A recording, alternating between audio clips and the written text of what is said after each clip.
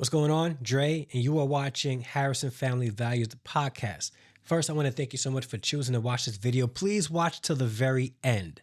All right. If you're not subscribed to the channel, please subscribe to the channel. Consider being part of the Harrison extended family. Hit the bell notification. And please like this video. It lets you to know that this is a video worth sharing. All right. So we are also trying to build our family here on YouTube. We are at 7,700 subscribers. We're trying to get to 10,000 by the end of the year. So please consider joining the Harrison extended family and hit that subscribe button right now. So on this channel, we talk about faith, family, fatherhood, manhood, and marriage. And you know what? Faith is one of those things that people don't like to talk about. On this channel, we talk about it, okay? I didn't grow up in the church. I got saved at 17. And and when I went to college, I went to Bible college, right? But we're in a time now where people are no longer identifying with the faith of their parents, at least in Christianity. When you're born Jewish, you are Jewish for the rest of your life. When you're born Muslim, pretty much you're born Muslim for the rest of your life. You're Muslim for the rest of your life. But going to the days when people of the Christian faith who grew up in a Christian home will identify as Christians after college because their parents are Christian. Going to those days. Now, young people are going off to college, being raised in a Christian home and leaving the faith, right? And we got to ask ourselves, like, why is that? And is there something that can help with that? Is there something that can help with that? I grew up in a single parent home, single mother home, and in the churches that I grew up in, I didn't see a lot of men. Well, churches I didn't grow up, churches I went to as a child, I didn't see a lot of men. When I got saved, the church I started going to, there were a lot of married men, but not a lot of single men. If you weren't married, you didn't go. I didn't see you guys in the church pretty much. But yeah, man, young people are going to college and leaving the faith, no longer identifying as Christian. And shout out to Alan Parr and Sean McDowell. A couple of days ago, they had a conversation, or I'm not sure if it was a couple of days ago, but a couple of days ago, Alan Parr released this video. So Alan Parr, do me a favor. If you see this video, okay, do not copyright strike me. I'm giving you your props, okay? And I'm giving you credit, and this is fair use. All right. But they was talking about this in a specific moment in the video about why so many young people are leaving the church. And that's something that we really got to talk about. If you are a Christian, why are so many people leaving the church? We see growth in the Islamic faith, and people are extremely dedicated as Jewish, people of the Jewish faith, extremely dedicated to their faith from the time they are born to the time they pass away. But Christianity, and what's key about Christianity is this: Christianity is one of the only religions where you don't have to change. You don't have to change your culture, right? If you convert to Judaism, you have to change your culture.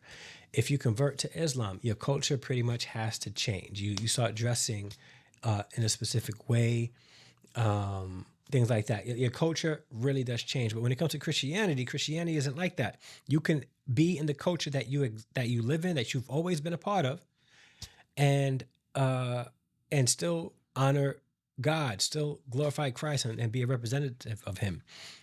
But what's happening now is young people are growing up and going to college, and they are leaving the faith. And in this video, Sean McDowell, who is a PhD, he's a theologian, he is a apologetic, he does apologetics. He's a teacher. And I remember his father, Josh McDowell, I had a couple of his books when I was in ministry, helped me out a lot. He had this to say about one key factor that would help decrease the chances of a child growing up, going off to college, and leaving the faith, right? I've said this before on this channel.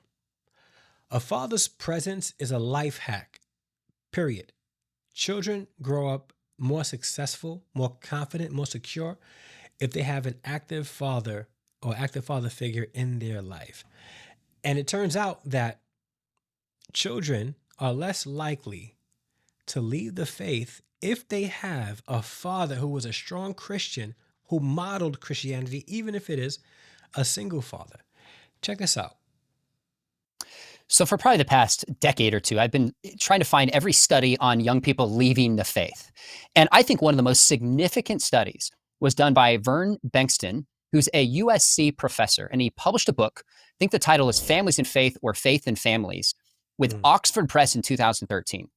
And in this book, they studied 4 generations, kids to great grandparents, 35 years, 3,500 people, trying to find out what was the So now there's 3,500 people were a part of this test. So meaning that it's credible. We can look at this and say this is a credible test, an incredible survey. most significant sociological factor in why kids accept the faith of their parents and why they don't. They said a couple things are significant. They said grandparents are playing a more significant role than in the past in passing on faith. They said divorce tends to rock a kid's faith. This So divorce tends to rock a child's faith. is just statistically a fact. The number one factor, when I read this, blew me away. Now listen to this. The number one factor, listen to this. Because this is an academic study, Oxford Press. Non-Christian academic study, okay? They said a quote, warm relationship with the father. A warm relationship with the father, most significant factor. Now that doesn't mean the mother is unimportant, but let's face it, the father tends to be more of a wild card than the mother does. Now, that means if we want to pass on our faith to our kids, I would step back and I would say this. I've been studying this data, and I think we can say 3 things sum up the best of what we can do to pass our faith. And by the way, there's no formula because kids aren't like bricks. They have this stubborn thing called free will. Facts. But the best chances of passing it on. Number 1, model a faith worth emulating. If we don't have a faith that's attractive to our kids, that they find compelling, not perfect, but compelling, doesn't matter what we say. That's why hypocrisy wrecks a faith so deeply. So number 1, model it. Number 2, build intimate, close relationships with your kids. Life hack, father's presence. If a father is in the child's life and they are a Christian and they develop positive, strong relationships with their children, their child less likely to leave the faith. The father's, like this is all the fatherhood factor, period. Number 3, have spiritual conversations with young people in the context of relationship. It's model, relationships, spiritual conversation. Those are the top 3. Now, with that said, the only qualifier I would give to this, I appreciate that you asked for a primary reason. As you know, there's often reasons, and every kid's story is unique. Yeah, and this is not really the only reason. So one of the primary reasons, it's not like the primary reason. It's definitely one of the reasons why, but understanding this, like the fatherhood factor, the fatherhood figure in a child's life, if they are a person of faith, supports children in maintaining that same faith as they grow older. Sometimes it's relational and broken relationships. And relationship is the key factor here, though. Sometimes there's a core or key intellectual piece. Sometimes there's a moral component. Sometimes it's volitional. So while the data shows relationships and truth are the most important to passing on our faith, whenever I'm talking with a young person who left their faith, I ask a lot of questions and I listen and I try to probe down to what they consider the core issue and then try to address it if I can. Which is a great point. Children aren't, monolithic. There's so many variables that exist, right? And we as parents, we try our best to raise our children the best way we can. And if you're a Christian parent, you want to see your child grow up to be a strong Christian. But there are some things that we need to do as parents, men and women, to help support that. And for fathers, and I can just speak to fathers right now, you want to see your child remain a Christian as they grow older, you have to model what it means to be a Christian to your child. You have to model it. You have to model it. Young men are not running to the church because they don't see men in the church. You might be that dad. So, I love God. I want to raise my child. I want my child to be successful in life. I want them to have a good, strong relationship with Jesus. What can I do? You know what you can do? Model it for them. Develop strong relationships with them. If they have a relationship with you, dad, they are less likely to choose any other belief system. They'll stay in their faith in Christ because they have a strong relationship with you. Relationships, key, very important. I am thankful right now that my oldest son is still serving God, still has a relationship with Christ on his own. My middle son, the same. My youngest son, he's getting there. He's growing up. He's a teenager. He's making mistakes, but I'm trying to guide him, right? But that's my hope. And it will be hypocritical of me if I don't try my hardest, and no one's perfect, to maintain a solid moral base rooted in Christ, in my faith in Christ, and avoid relationship with my son. Those are some factors, if I don't do, that will cause my sons to stray away from the faith. How can I be a Christian and not really love my kids? How can I be a Christian and be a tyrant in my house? Right? Those are things that will cause children to leave the faith quick, fast. As long as they're in their house, they'll play their role so that they don't disappoint mom and dad. But once they leave, like, you know what? I can't do this because my dad was a tyrant. He was in church and he was on the pulpit and he was worshiping God. But when he get home, boy, was he a different kind of beast. We don't want that. We don't want that. Okay. So shout out to Alan Parr and Sean McDowell for having this conversation. It's much longer. I'm going to leave a link down below in the description so you can watch the whole video. And please watch the whole video.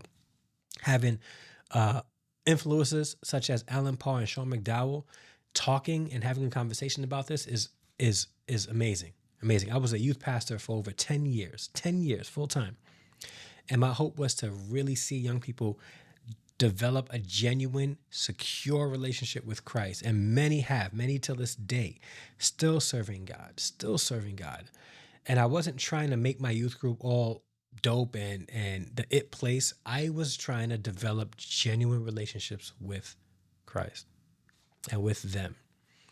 They saw it, they modeled it, and thankfully, many of them are still serving God till this day. And that's because they chose to serve God, and hopefully I was some kind of role model for them. But either way, the hack right here for our children to remain in the faith after they leave college is us fathers having a strong relationship with Christ first, and then our families second. All right, man, this is Dre, Harrison Family Values. Thank you so much for watching. I really appreciate it. Hit the like button down below, subscribe to the channel, and until the next upload live stream, I'm out. Peace.